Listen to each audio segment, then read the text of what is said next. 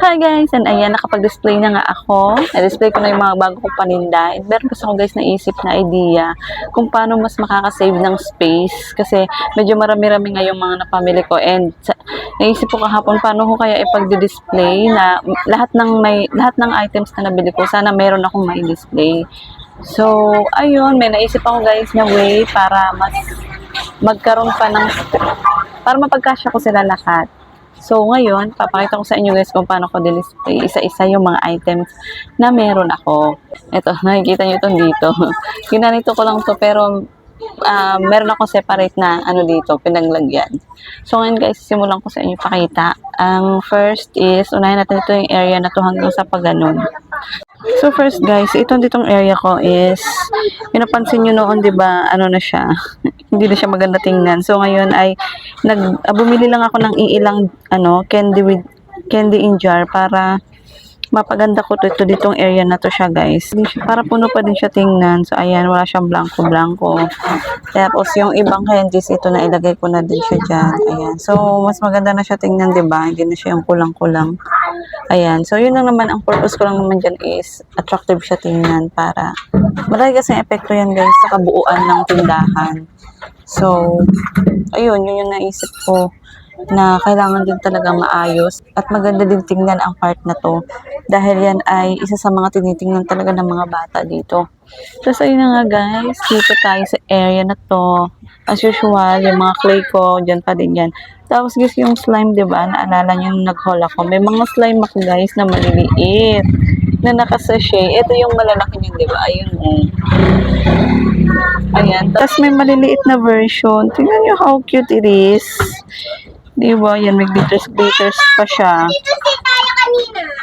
Ayan, kung curious kayo guys kung magkano ko ibebenta to, abangan nyo yung next kong video. Doon ko i-reveal yung mga price na ipapatong ko dito. So sa ngayon, sharing lang muna tayo ng mga display, kung paano ko sila display. Ayan. So yan, nakaganyan lang yan dyan. Pinalaglagyan ko ng ganyan. Yung iba kong stocks, nakatabi lang muna. Tapos dito ko na din nilagay yung mga clay. Ayan, di ko na sila sinabit. Nakaganyan lang siya para hindi magkandalaglag. Hinalo ko na lang siya dito sa mga slime ko. Tapos, eto, naglagay ako nito dito para mas mabilis siyang makita. Yan, visible siya. Pero, eto talaga guys, dito sa taas, naglagay din talaga ako dito sa container para pag kukuha-kuha, mas madali na kaysa nakaganito. Ayan, display lang yan dyan para lang makita ng mga bata. Tapos, pero dito ako kukuha-kuha nga. Tapos, yung nilagay ko na dito para hindi madumihan. Hindi ko din naman alam paano siya i-display. Pag plastic lang kasi, mabubutas. So, ayan, nilagay natin sa garapon. May benta na ako niyan, guys. Pati ito. Ito yung mga unang nabentahan sa akin. Tapos, dito naman, ayan sa aking, hindi ko alam kung saan ko ito ilalagay. Wala akong mapaglagyan. Kasi hindi naman siya pwedeng isabit. Ayan, wala akong mapaglagyan na kailangan makita siya. Kaya dyan lang muna. Pag-iisipan ko pa. Kailangan lang kasi silang ma-expose, kitang-kita sila para mapansin agad. Tapos dito, ayan sa aking transparent na case, nilagay ko dyan yung car, ayan. Yung pullback car na, yan, yung magandang klaseng car. Yan na yan lagay, para hindi madumihan ang box at kita pa din sila, safe na safe. Pati ang aking spring rainbow circle, dyan na din. Tapos itong bubbles. Ayan yung ating bubbles. Dyan, maliliit. Yan. Then, go down ang ating mga, ito mga yoyo ball na tubig yung laman niya guys. Ayan. Kasi mabenta sa akin to. Kaya bumili ulit ako ng isang box.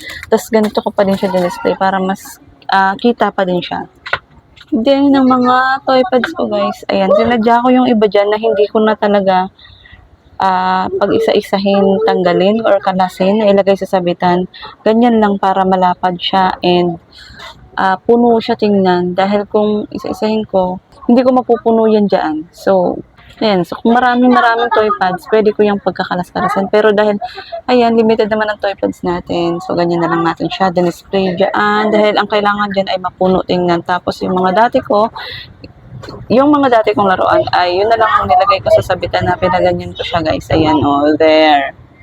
Ayan, so, di ba, puno na. Dati nakalagay dyan yung mga tigbe-20 ko na laruan, 35. So, pinalitan ko na siya dahil may ginawa nga ako nun, guys. And mamaya papakita ko sa inyo. Yun dito sa baba, wala naman. Ito lang. Itong Chinese garter, dyan ko na lang kasi naghahanap lang naman, may nagtatanong naman yan. So, kahit di nila makita, magtatanong naman ang mga bata kung may Chinese garter. Then, yung iba kong mga candies, naghalo ako to. Ito guys, bago ko to dito. Dito ko na nilagay kasi since kailangan siyang isabit. Ayan yung sprinkler soft gummies. Yan, asa pa yung iba kong... ito lang. Kasi yung ibang candies is nakaganito talaga siya. So, ayan lang yung naihalo ko dyan.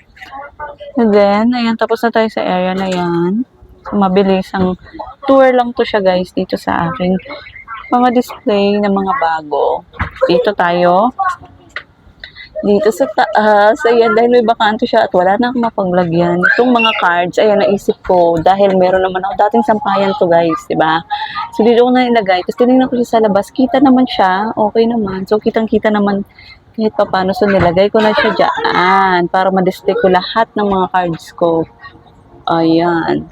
And eto namang product na to guys, na humahataw nga naman talaga ngayon.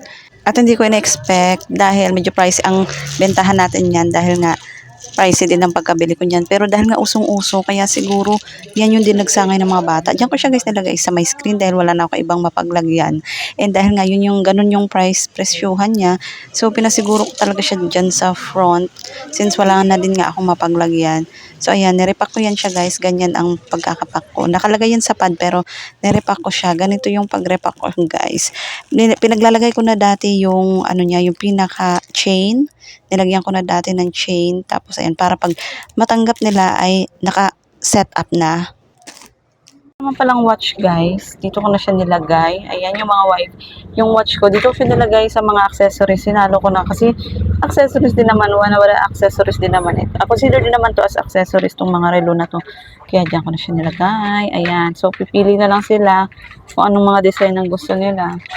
Ayan, papipiliin ko na lang yan sila kapag pag nagustuhan din nila. Then dito na nga guys. Dito na nga tayo. Ayan. Ito yung ibig kong sabihin guys na mga naisip kong idea ng pagdi-display. Ayan. Para mas makasave ako ng space, ma-display ko sila lahat. Ayan. So, ang ginawa ko guys, itong mga hook ko, instead na ang gawin ko is nakaganito. Ayan. Pinaganyan ko sila para dito lang na space na to, lahat marami akong mailalagay, iba-ibang klase. Like that. Ayan, oh, yan, yung ating mga bags. Lalo na tote bulk ito. Ayan, yung iba kong yoyo. Itong ating gemstone. Ayan. Sa papang yoyo. Tapos, itong snake naman, guys. Itong snake ko, nirepack ko siya. Ayan. Para mas ano kasi tingnan, parang mas kumapal siya tingnan na nakarepack siyang ganyan. Tapos, pinaganyan ko lang siya. Yung iba, itong mga maninipis, pwede ko nang iganyan. Ginalito ko na, nilagay ko na sa sabitan, tong motor. Ayan, mga nakaganyan yan. Tapos, ang ibang pads na mga bago ko guys, nilagay ko na din dito. Para pang takip siya, lalo't nandito ang aking pera. Ayan, takip siya dyan. Tapos, syempre, wala na ako ibang i-display. So, yung mga malapad na pads ay nilagay ko na dyan pang tapal para wala talagang blanco-blanco tingnan itong screen. Kumbaga, puno siya tingnan, siksik siya tingnan dyan. Kailangan magkakasiksik-siksik talaga sila. Pero may space pa konti dito guys. So, meron pa ako pwedeng ilagay dyan. Ganito pala siya guys sa harapan. Ayan, ganyan siya sa harapan.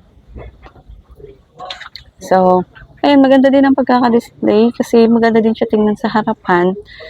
Ayan, pinili ko lang yung ibang mga bago talaga na malalaking laruan. Dito ko na nalagay sa front para una silang mapansin. Dahil nga sa presyo nila. Kasi mas lalo silang mapag-iiwanan. Pag ganun ang price nila, tapos sa patago ko pa sila nilagay. Kaya ayan, i-visible ko talaga siya sa pagkaka-display. So, ganyan ako guys mag-display ng aking mga laruang paninda. Ayan. Sana nakapulot kayo guys ng idea kung paano din mag-display ng mas nakaka-save ng space.